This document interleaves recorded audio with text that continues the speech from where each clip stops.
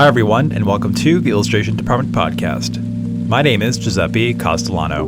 In this podcast, I talk to folks in illustration, graphic design, publishing, animation, and other creative fields about their work, the lessons they've learned, and the bumps and bruises they've experienced along the way. In this episode, my guest is writer, producer, and co-creator of the animated series Avatar: The Last Airbender and Legend of Korra, Michael Dante DiMartino. Whether you're creating a book or a beloved show, it's a good idea to depict characters with complexity. As Michael and I discuss, it's easier said than done. Among other topics, Michael talks about the challenges he faced in self-publishing his young adult novel, Both Here and Gone.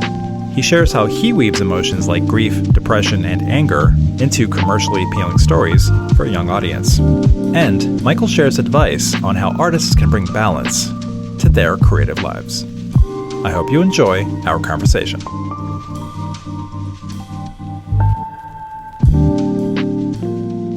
We met, if my memory serves, in 2005 or 6 at Nickelodeon's offices at 1515 Broadway. At the time, I was a young art director at Simon & Schuster.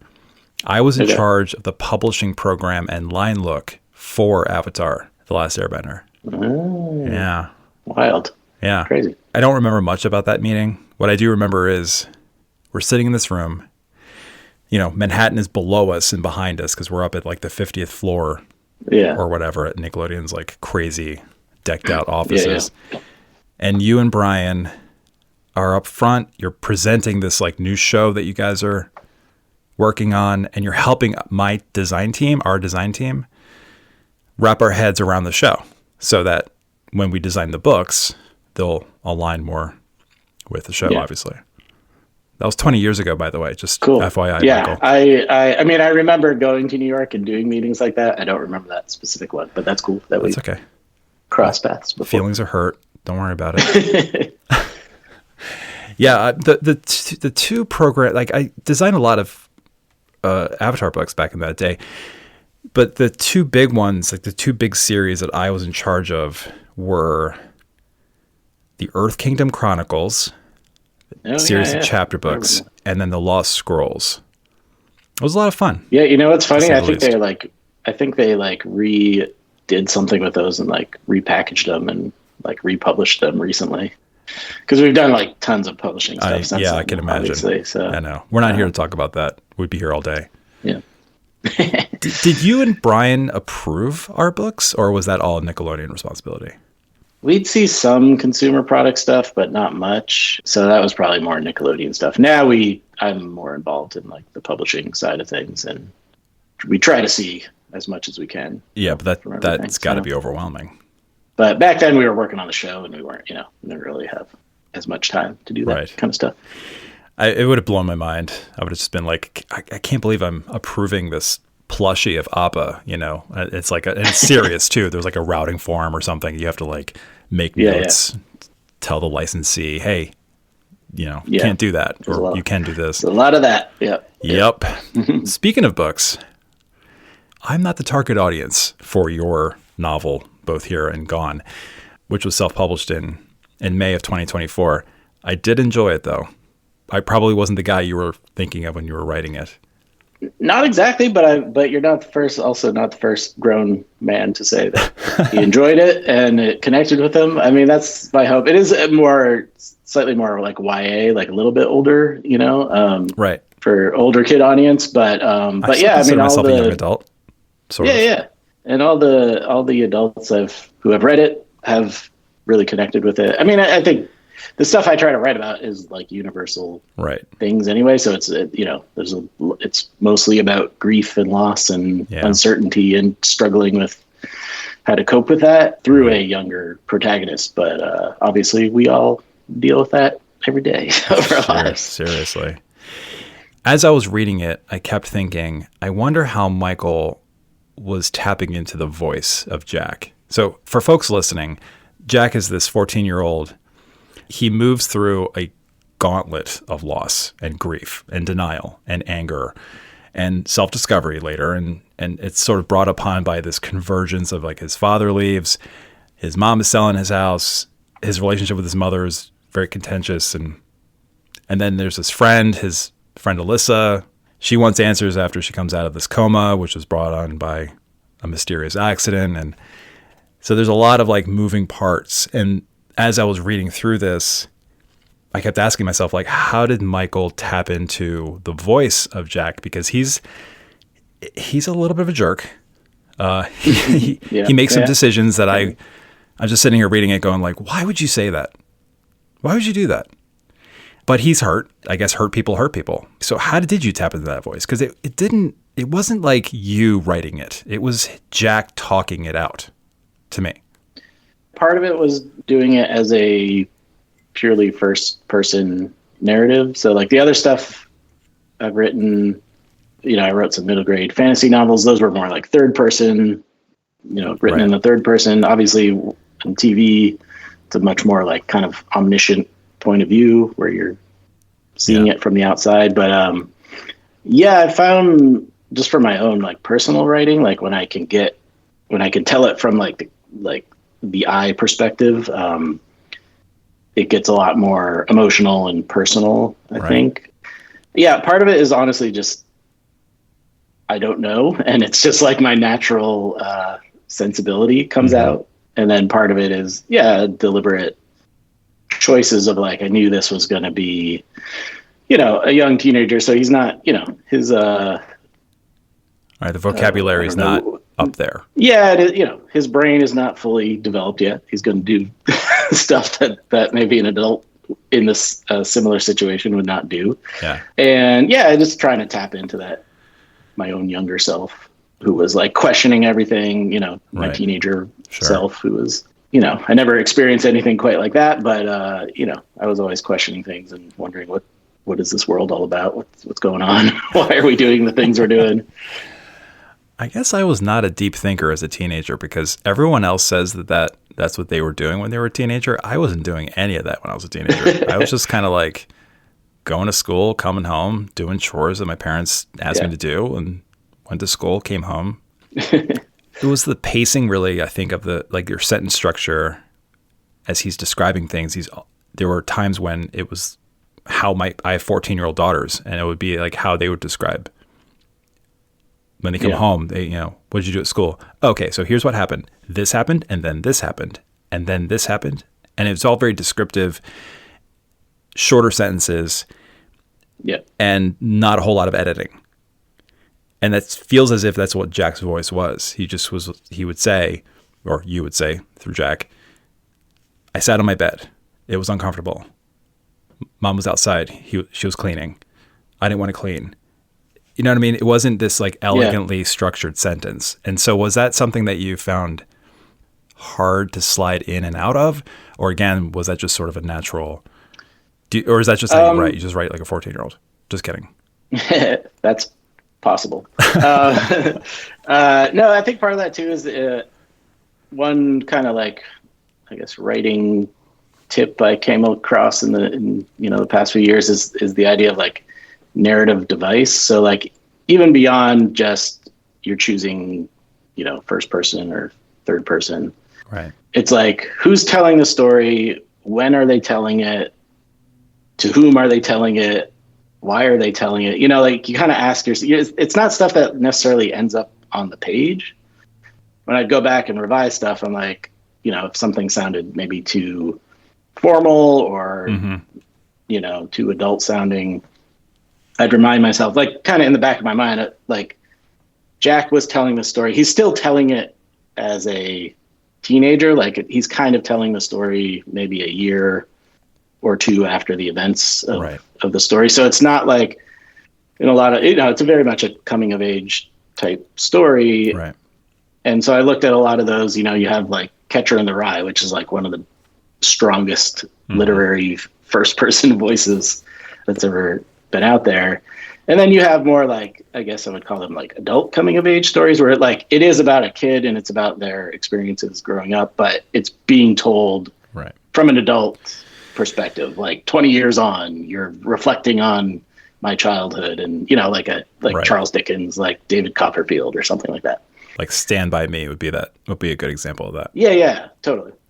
Since it was intended to be YA, like I was like, I want the teenager, I want it to not be like the old guy reflecting on, I did this thing when I was a teenager. Right. So in the back of my mind, I was always thinking like, oh, he's telling this to like some new kid in town that he's just met over lunch at school or something. Mm-hmm. It's a balance though, because you don't want it to sound too casual, like it is a novel and it, well-written sentences and stuff like that. I'm a good writer. But that helped a lot to just sort of like frame like when and how he was telling the story. Now I'm thinking of this. Stand By Me wasn't the title of Stephen King's short story. What was the title? I think it was The Body. The Body. Nice one.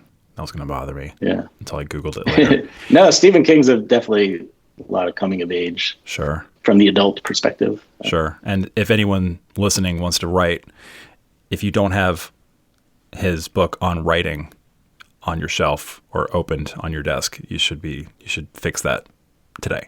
It's a great book.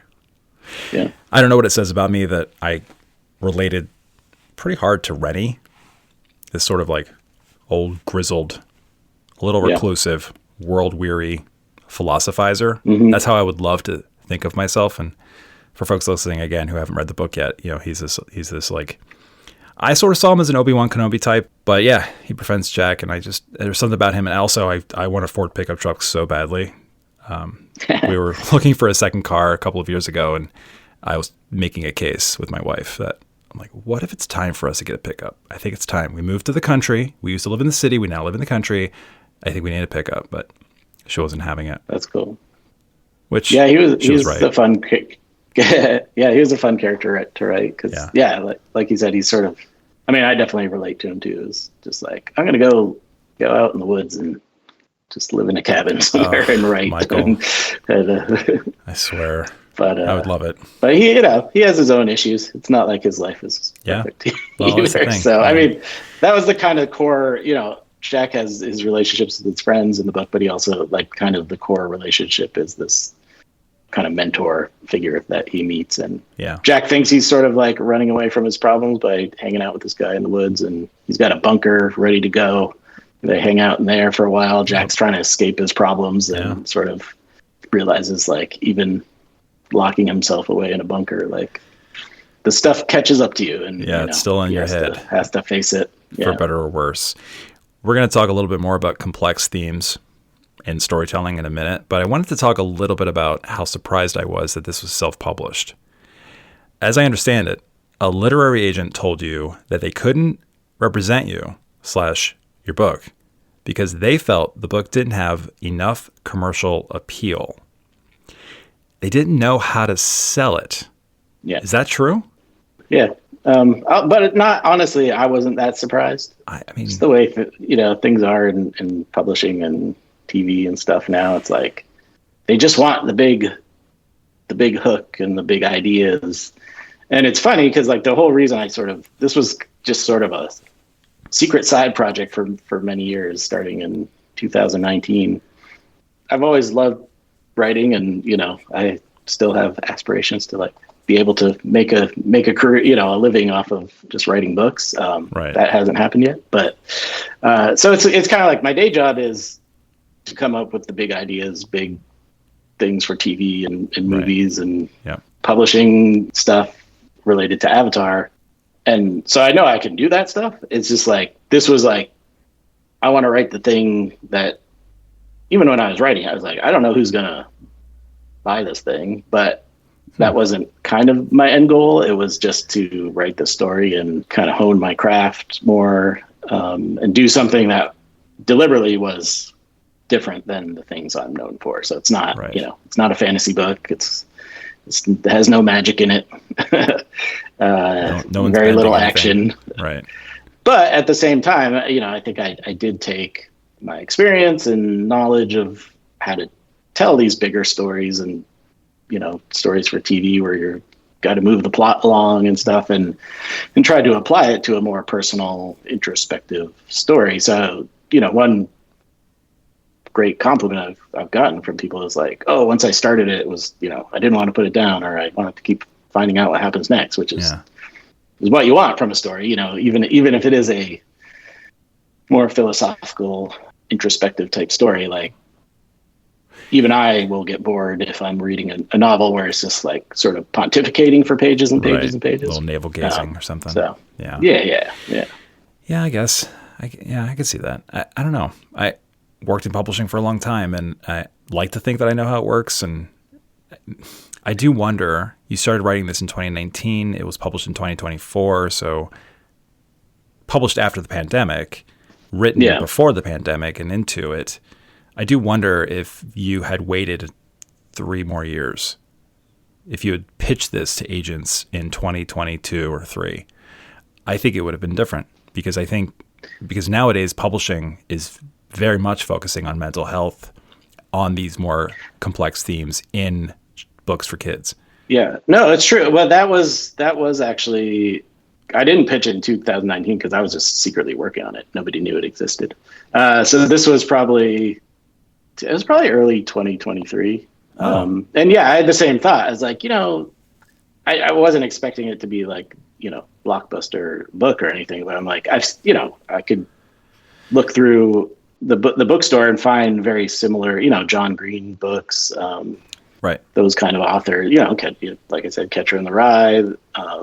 It's not the biggest genre, but there are examples out there of these type of books dealing with loss and mental health and grief and stuff. So I think there is a spot for them on the bookshelf. So with this stuff, it's all timing. It's all, did you contact the right agent at the right time? Right. And exactly what, like we always tell the story with Avatar. If we had pitched that 6 months later, it probably wouldn't have gotten picked up. It was just, we had the right executive at the right time. Nickelodeon was looking for a show like this, action adventure kind of show. And so like things just sort of aligned in a good way. Yeah. And the thing I love about publishing is like, this book is out there now. Like it doesn't, there's a lot of stories too about books that like they'll sell a few copies here and there for a few years. And then someone starts talking about it and other people hear about it. And so that's why I'm doing podcasts like this. Just tell people about it. Hopefully people will be interested and check it out. I thought it was because you just wanted to be on my podcast. Well, that too. Oh, yeah. What did you find most challenging about self-publishing? I mean, I know there were probably a half dozen challenges, but what would be the most surprising maybe, or frustrating or difficult? I mean, the most frustrating thing is the marketing part, because it's like, I can do the creative part. I mean, it's always, any creative project is challenging, and you have days where it's like, yeah, this is great. And days where you're like, this is terrible. Why am I doing it?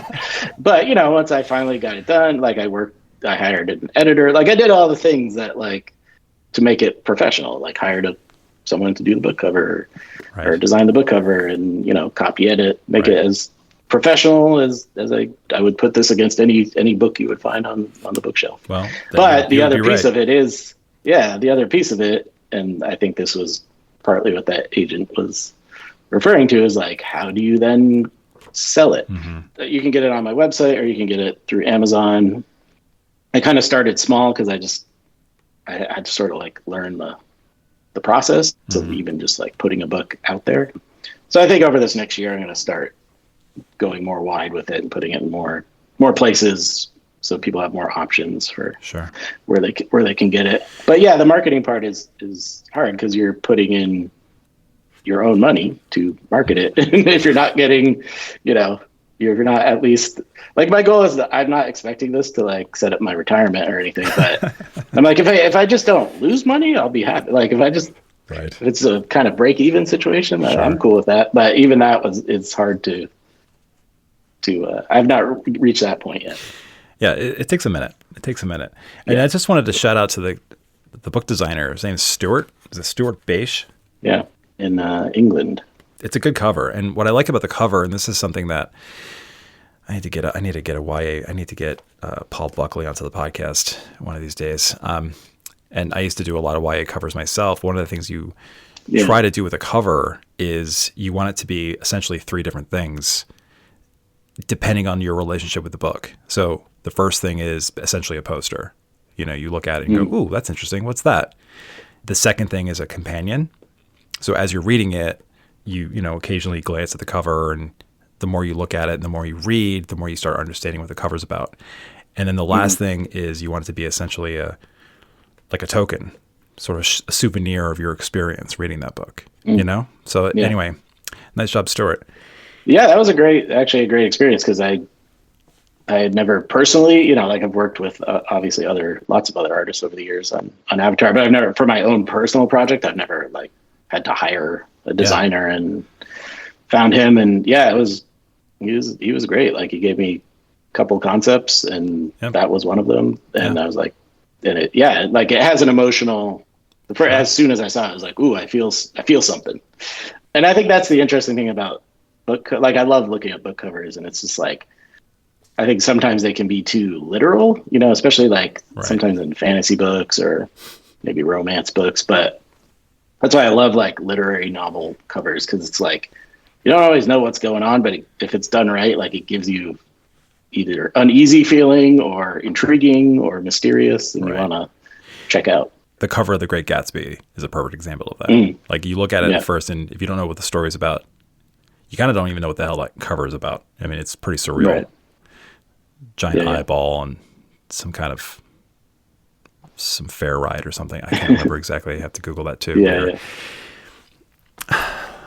So coming back to the complexity of some of the themes that you've explored in this, and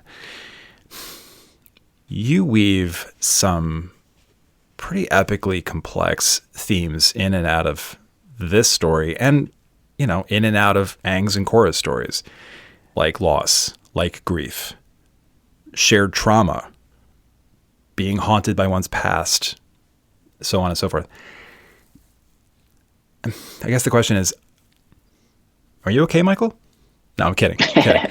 The question is, for anyone who creates or wants to create a book or an animated series for a young audience, it can be hard to craft a compelling and, dare I say, commercially appealing narrative with elements like depression, anxiety, rage, loss.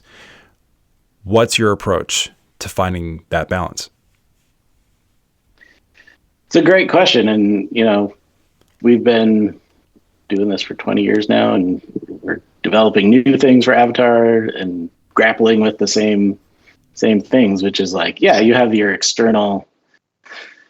I think it's just finding the balance between the kind of objective story, or the external plot and stuff that's going on, which is the like, this is why it's going to be exciting, the bending, the adventure, the quest, the whatever, you know, like we're going to see spirits, we're going to go into the spirit world in Korra, like all those kind of big set piece type ideas. Like that is a big part of it, obviously, especially for animation or TV and film. But then it's like, okay, well, what's the personal story? I mean, I would say, like, over the years when we're in story meetings, you know, on the TV shows, like there's a lot of talk about the plot and what happens and what order should it happen in. But I would say, like, a majority of the time is spent like talking about the characters. Who are they? What are they going through?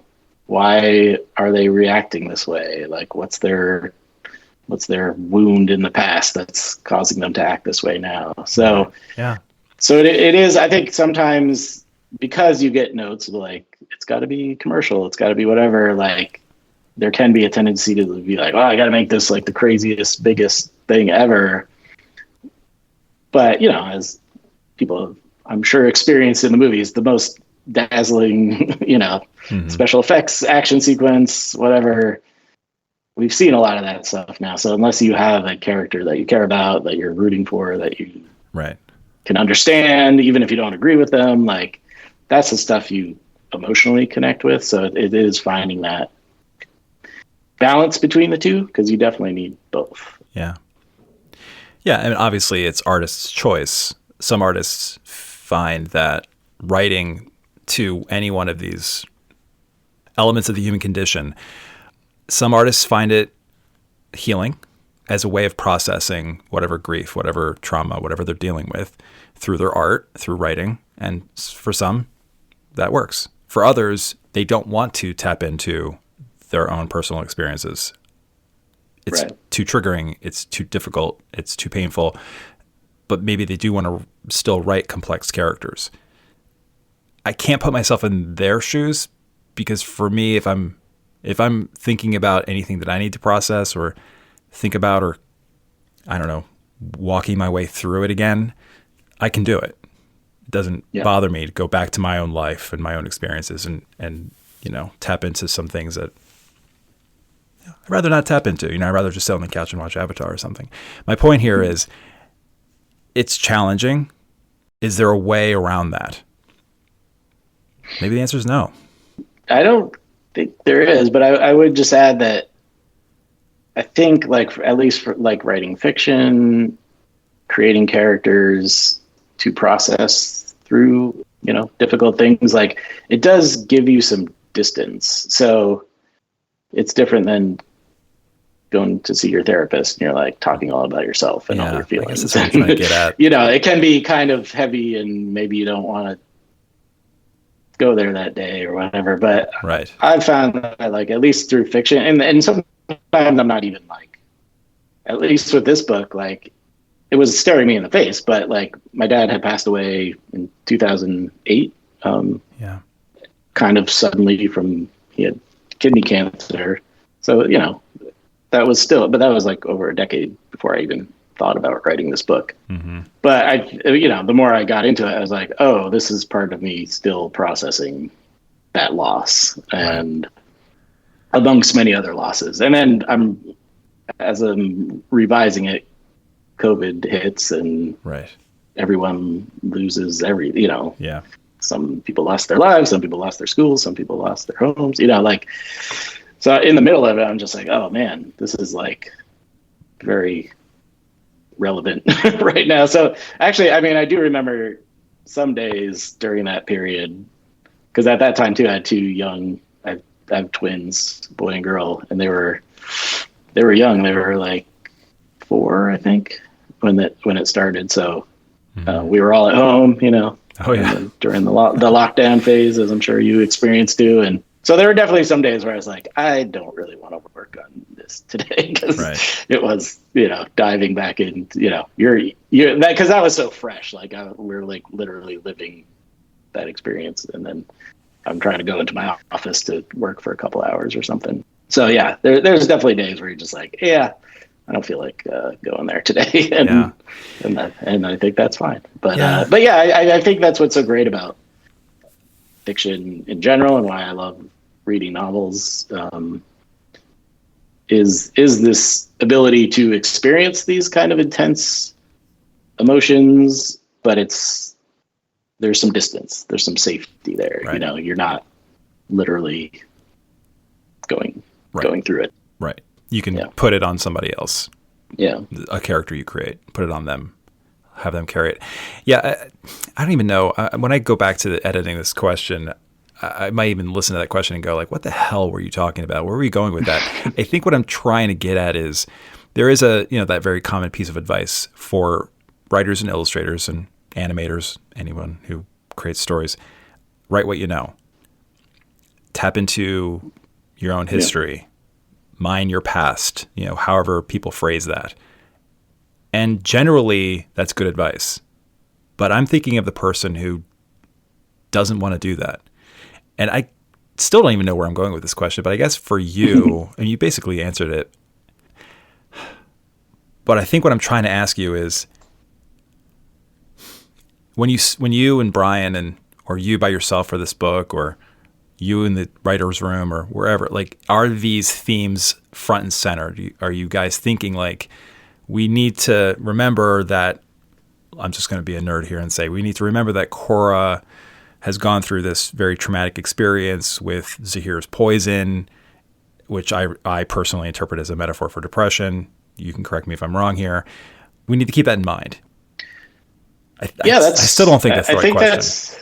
I think you're onto something, because for me, I don't know how I would write a story if I didn't know that stuff. Like, it's really hard to just write a plot without knowing why the character needs to experience this plot. Right. Okay. Yeah. That's kind of where I'm going with that. When you watch or read a story that actually that you resonate with and you feel like you went on an emotional journey.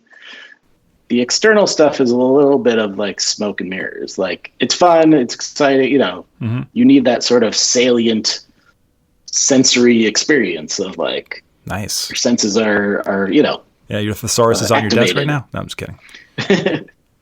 But if you don't have that personal journey for the main character or the characters in the story, you kind of get to the end and you're like, what was the point of that? Yeah. Like, that was fun, maybe like, oh, that was fun, I had a good time, but you don't think about that story again. Maybe it doesn't really stay with you, or I think everyone's had that experience where you're just like, yeah, that was cool, but I would never think about that movie or book again.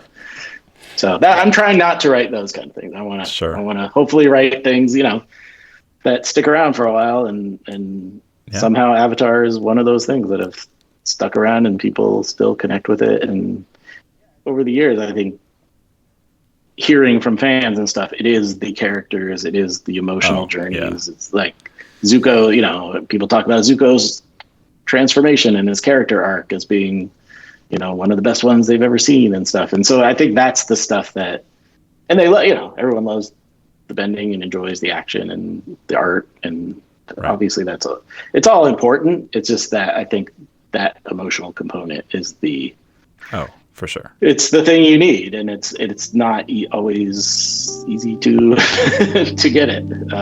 So that part is definitely challenging to do. This podcast is produced by the Illustration Department, a global leader in online education for illustrators. Visit illustrationdept.com for offerings like mentorships and portfolio reviews, testimonials, our alumni showcase, our best-selling Substack, and more. That's illustrationdept.com. And now, back to our conversation. There is one episode, season 3 of Avatar, where Aang is having, I think it was called like Nightmares and Dreams or Nightmares and something. Yep. Aang is having anxiety dreams, like crippling anxiety dreams, a day or 2 or 3 days before he has to face Fire Lord. Who hasn't had those kinds of, who couldn't relate to that? I relate to that so hard. I have a recurring anxiety dream anytime something goes on in my life that is a little surprising in the negative, like, oh, we have to fix our car now, or there's something wrong with our car, or there's something wrong with the house. It tends to trigger these anxiety dreams. Every single time the anxiety dream is the same. Mm-hmm. Water is damaging my house in some way. And I have this like recurring anxiety dream, I would say once a month, easily. So anyway, as I was watching that episode, I was like, dude, I am feeling this so hard. Is there anything, any experience that you had, like anxiety dreams or something that was happening to you at the time, or something you were feeling at the time, where you come back to Brian and you're like, dude, this happened to me, or I'm feeling this right now. We definitely have to throw this into the show.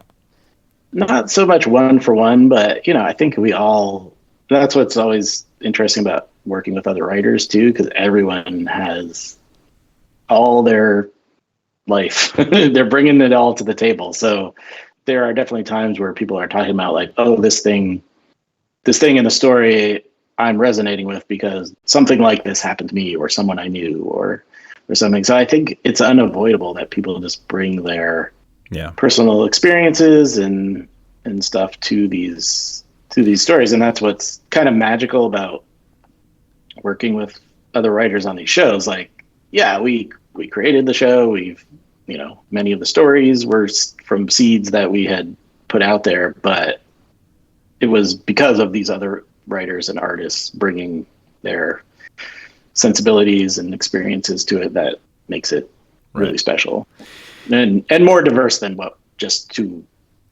dudes could bring to it. Sure. When did you graduate from RISD? I graduated in 1996. We overlapped. I was there in 95. Yeah. Oh, wow. I was in the illustration department. So did you know Brian back then? When did he graduate? Because he graduated 2 years after me, and he was in the illustration department. He graduated in 98. So, he was a year older than I was. We must have been passing each other in the hallway. Yeah. Just realizing that right now. That blows my mind a little bit. Did Avatar have its seed there, or did it happen just after? Nah, not the idea. I mean, the seed of our, I guess, working together started at RISD because I was making my senior animated film, and I met Brian, and he agreed to help me. Like, he was painting backgrounds, and I got my friends to help me paint cells for animation and stuff. So even back then, I was like doing mini productions and learning how to produce stuff. So that's what I always loved about RISD. Was, on one sense, I didn't learn anything about how to like actually do character animation. Like, they're just not. No. Maybe now it's different, but it was much more like fine art film or art film type school. But the thing I was talking about, which I think when I look back, I'm like, oh, I think the reason had some success in my job is because, like, oh, I learned how to actually like make a film from, like, not just, oh, I had the idea. It's like, okay, now you got to get people to help you make this thing. Now you got to, like, how do you actually produce it? Yeah, cutting film, like doing sound. Yep. How do you get someone to do music? So, like, me and my friend, roommate at the time, like, he was in live action. So we'd all like help each other out on everybody's projects. But that's kind of where like the seeds of my animation career certainly began. And then, after I moved to Los Angeles, I worked on Family Guy, I worked on King of the Hill, were some of my first jobs. And then Brian moved out. We worked together on those shows. And then I was like trying to develop my own stuff. He wanted to pitch stuff, and we just kind of teamed up and wanted to pitch something together. It's always, especially for people in the arts, it's good to hear, like, Avatar wasn't something we had for years and years from college or something. It was like kind of an assignment from Nickelodeon, because after meeting the executive at Nickelodeon, we found out that they were looking for a action adventure kind of show. Right. So it helped focus us in a way of like, okay, because we did have other ideas of like what we thought would be a cool show on Nickelodeon. Can you give me one? Yeah, it was like kids hanging out in the woods, like more of a comedy kind of thing, adventures out in the woods and stuff. So it was actually very simple, because we were like, we just want to make a show that, like, fun, charming stories, then you can focus on the animation and make the animation amazing. The ironic thing we always talk about is how we made probably the most complicated show you could possibly make for animation, which is like, has effects. It's a travel show, so you're going to a new place every episode, so you have to do new designs every episode. Right. It's not very production friendly. Yeah, research. Like your character designs can't just be like, we're at this Northern Water tribe, or some town in the Earth Kingdom. Like, the designs are different. The characters look different. They have to look different because they're part of a different community. And more realistic. You need people who can draw like anatomy. It's not just like cartoony blobs. That are more forgiving in the design. And there has to be a level of believability in their movements, especially when they're bending or whatever. Oh, totally. Yeah. A lot of martial arts, working with martial arts experts. So much goes into those shows. And then it's hard to find artists who can do it, like, not just here, but like, then you have to actually get it animated. There's very few studios, especially nowadays, that do 2D animation. Because, I mean, when we started, doing a CG television show was kind of a rare thing. Right. And ours was all 2D. And we've just kept that. Like, we just like that aesthetic more, and it just fits with the anime style and everything. So, but it's, especially now, it's harder to find big studios that solely focus on 2D, because do a lot of 3D CG shows now. You'd be tapped into this obviously more than me, but I just have this feeling, maybe it's more of a wish, but I wouldn't be surprised if this happens, where more animation studios or movie studios turn to 2D. Just as a, I don't know, not nostalgia, there could be, but it just feels like it's ripe. It feels like it's there. It's been resting. Yeah. It's time for us to go back to it with enhanced tools and all the technology that we have today. But that would be amazing. Totally. Yeah. You started off as an illustrator, right? Did you go to RISD thinking you'd be an illustrator? I went to RISD mainly because of animation. Okay. Yeah, when I start like my freshman year of college, I went to Maryland Institute College of Art. Hey, Baltimore. Baltimore. Nice. Yeah. So I thought I was going to be like a painter or illustrator. Like I was really into like fine art painting in like high school and stuff. Uh-huh. The art side of things was great that first year, but I didn't love living in Baltimore, and I was like kind of questioning like, do I really want to do painting? I don't know what I want to do. But I'd always loved animation, and it's sort of in my mind, I always thought, oh, you got to go to Cal Arts, to learn animation. But then, I mean, RISD had always been on my radar because I grew up in Vermont. RISD was very well known as like the art school. Mm-hmm. So I'd always sort of thought about going there. For some reason, I just decided to go to this other school my freshman year. But then when I was like rethinking everything and found out, oh, they have film and animation, that's what I want to do. Right. And it just sort of like clicked. And so I transferred. Yeah. But I took drawing classes, illustration classes, and then mainly focused on like animation my like junior and senior year, because you end up you kind of focus and make your own films. Right. Now I'm thinking I have to talk to my buddy Jim, who was my roommate, my best friend, still is. He graduated from RISD. I mentioned to him that I was going to talk to you, and he said he knew Brian. He must have bumped into Brian or somehow knew Brian. So that's one sort of weird overlap that you and I have. And now I'm just thinking, like, did you, me, Brian, my friend Jim, a bunch of us were we hanging out at the same parties? We might have. I don't know if you were. I don't know. I didn't go to too many parties. Okay. So there you go. Not. I did, especially early on, like that freshman and sophomore year, all the house parties that people were having. Yeah. I was there. I remember legends of those, but Legends. The Fuzzy Door was a legendary The Fuzzy Door place. Has been mentioned many times on this podcast. Yeah, which was Seth MacFarlane's right. place, who went on to create Family Guy. Was he your grade? He was a year ahead of me. Okay. So I met him like I think when he was a senior, but he did voices for one of my junior films, because I was like, I had this like silly, I don't even know what it was, but I needed some voices, and the professor was like, oh, you should talk to this guy Seth. He's really very funny and does voices. I'm like, oh, sure. Who knew what would happen? That's just crazy, dude. Yeah. Another weird similarity, or another weird little parallel is I too have twins. Oh, no way. Yeah. How old are your twins? They are now 8.5. Yeah, so yeah. Are you? That's a good age. 2 boys, 2 girls? 2 girls. 2 girls. Okay. Yeah. Identical twins or no? No, fraternal. They could not possibly look more different than they do. Yeah. Which is good. Yeah. It'd be weird if they were. Yeah, that's wild. People always ask like, how do you do 2? And I was like, I don't know. You don't think. I didn't know any different. So exactly. They were our first and only kids. So we had our son first, and then we had the twins. Yeah. Okay. And so you knew just one kid at a time. We were good on and we were like, and we're done. But I think if we had twins first, because we lived in a small apartment in New York City, we wanted 3. We don't know if we were ever going to get to that. So if we had twins first, we would have stayed 2 for sure. Yeah. Hear me out here. So I'm going to take you through a little bit of a story, you and the listener. Okay.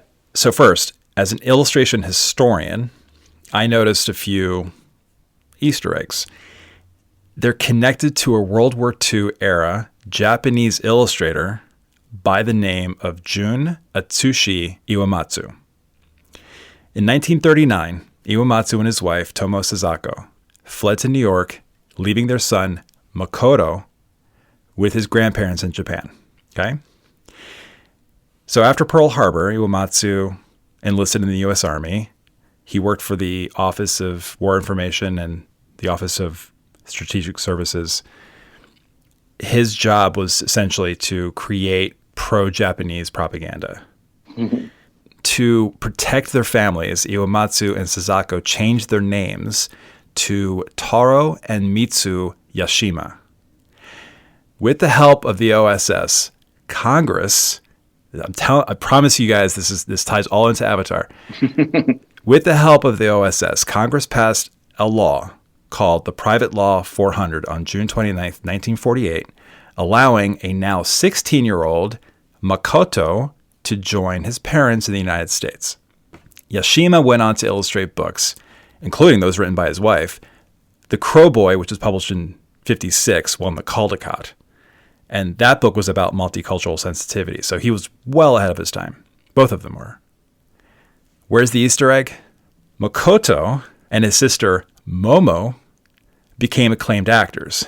Among his roles, Makoto, more commonly known as Mako, was the voice of Uncle Iroh in The Last Airbender, as you know, obviously.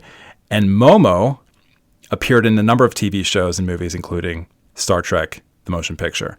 Momo is, of course, the name of Aang's winged lemur. And Mako is also the name of one of the main characters in Korra. Michael, it is almost embarrassing how happy this all makes me, and that I had the opportunity to talk to you about that. End of story. That's cool. I actually didn't know about his sister being an actor, too. So was that a total coincidence? You guys just named Momo, and it just happened to be Mako's sister's name? That is pure coincidence, because Momo, I think, means peach also. That's incredible. So I think that was like an super early name. And then, not until we were like casting for the show, then we had seen Mako in like a few films, and we're like, that guy would be cool. Oh. But we were very naive back then. We're like, can he audition? They're like, no, he's too famous. He's Mako. But they're like, you can offer it to him and see if he'll take it. And we're like, all right, let's see. And sure enough, he agreed to do it, and he was amazing. And then, of course, sadly passed away during the series. So it was like between seasons. I think we had recorded all of season 2, book 2, and then when we went on to create Korra later, that Mako in that series was an homage to the late great Mako. I was introduced to him, as maybe you were too, when we were kids. Conan the Destroyer with Arnold Schwarzenegger. Right. Yeah. He was the wizard. That's a good movie. Yeah. Anyone who's like, what? Just look it up. Conan the Destroyer. It's Arnold Schwarzenegger. Mako is a wizard. It's like early Final Fantasy or something. There's like a warrior, a thief, a wizard, and like another warrior. 2 other warriors, and one of the warriors is a bad guy. Anyway, it's a great movie. Everyone should watch it. Another little Easter egg is that Dante Bosco, who played Zuko, Iroh's nephew, like we had cast them separately. We didn't know they knew each other, but they had already like played either uncle's nephew or father's son in like a bunch of other like TV and movie things before they were uncle and nephew in our show. So speaking of father and sons. Hi. How are you? I'm good. How are you? I'm good. So you're what? You're 17, 18? Yeah, I'm 17. I'm a senior. Okay. Right. This is great. I'm a huge fan. Awesome. Thanks. I've been a fan for a long time. So I just have a few questions that I've been curious about. They're obviously based on Avatar and Korra, because that's what I love. So my first question, just to get right into it, is, in terms of the character writing, do you find it difficult to come up with new character arcs when there are only so many archetypes to build off of? It is tricky, especially after doing this for a while now. I don't know. Yeah, I think when we did the original series, I don't know that it ever came up, but then we did Korra, and now we're doing new stuff, and it's always like, is that too similar to what Aang went through, or is that feels too similar to what we did with Zuko? So it does become a challenge the more stories you tell in this world, because inevitably there's going to be some overlap with it. So it's just like trying to find like the unique angle on that particular character and how they are, I don't know, their own person or something. I guess the good news with... Does that make sense? Yeah, that does make sense. I'm not sure if you guys have ever thought about this, but the good thing about, like, is what Korra went through too similar to what Aang went through, is they're the same person, so their trauma would be, like, if they could be similar, and you could get away with it in a way. Yeah, we do talk about that a lot, where it's like, oh, this avatar are sort of having to deal with the ramifications of what the previous avatar did, or they have similar issues because the previous avatar didn't really deal with that issue. That's actually my favorite part of it. Yeah, so that part is kind of a deliberate connection, I guess, between the avatars, but then it's still like, I mean, that's why we made Korra like older, a girl, wanted to fight. Like, we're just like, let's make her as different as possible, like personality wise, from what Aang was. Yeah, that's the thing. She was very skilled in the physical side of bending, while Aang was skilled in the spiritual side. And that was kind of the whole point. Like, he had to learn to be more physical and angry, and she had to learn to be more peaceful and calm. Yep, you got it. They kind of like opposite arcs, which I do really like. Are you gonna find a way to like connect the next? Like, you don't have to talk about it, but would you find a way to connect the next Avatar's arc to theirs? Oh, it's gonna all be connected. You'll see. Okay. Okay. There's connections for sure. I'm excited from the new stuff. Yeah. Is there a character arc from the original show or from Korra that you'd want to do differently? Or not even character arc, just something you'd like today look back on and say, we could have done that differently? Not so much with the writing, but there are episodes like the art didn't quite come out as great as we had hoped, or like the animation's kind of like because we used different animation studios doing different episodes, and there was one particular animation studio that was awesome and their episodes always looked amazing, and then there was like another studio that like was kind of hit or miss. So did the really great animation studio make the Zuko Azula fight? Because that's my favorite looking scene. Yeah, they worked they did like the finale episodes, like all that fire animation that was really good animation. Yeah, that was my favorite. Totally. I watch the shows a lot, and they're pretty perfect. Every episode kind of looks amazing, and the animation is very consistent. So I'm shocked to hear that you. Oh, that's cool. I mean, I think that's good because like people who don't, aren't as steeped in it, it does, I think, hold together for them as like it's all sort of like one thing. So that's good that the audience is not noticing as much of those differences as we do. But I mean, it's inevitable when the person who's like working on it every day, you see every stage of the process, and like, oh, that could have been so much better, or like, we ran out of time. And if you make it, you're just kind of saying like, okay. Oh my god, we made that mistake there, and yeah. I've been curious to find this out. The animation style has remained pretty consistent between Avatar and Korra. Like, it has the kind of same style. Would you ever adopt a different animation style for a different project? I mean, everything's going to be anime inspired, so it kind of comes down to more like complexity of characters, because like actually like the Korra characters are more realistic and harder in some ways, harder to draw because they are more, I guess, realistic is the only word I can think of right now. More detailed, there's more detail. So it's, in animation, like there's a lot of talk about like, oh, is there too many like details in the clothing or something? Because someone's got to draw that every frame. So the more you can simplify designs and stuff, the better. So it's more about like levels of detail, I would say, rather than like totally doing a different style. The style always sort of evolves based on like who the artists are, or the studios working on it. Gotcha.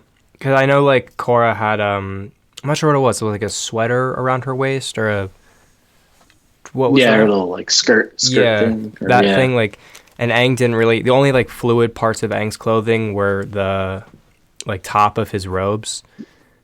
Yeah. And then I'm sure that's another difficult factor to animate. If there's clothes moving around, like if there's wind effects, if there's, it's. Yeah.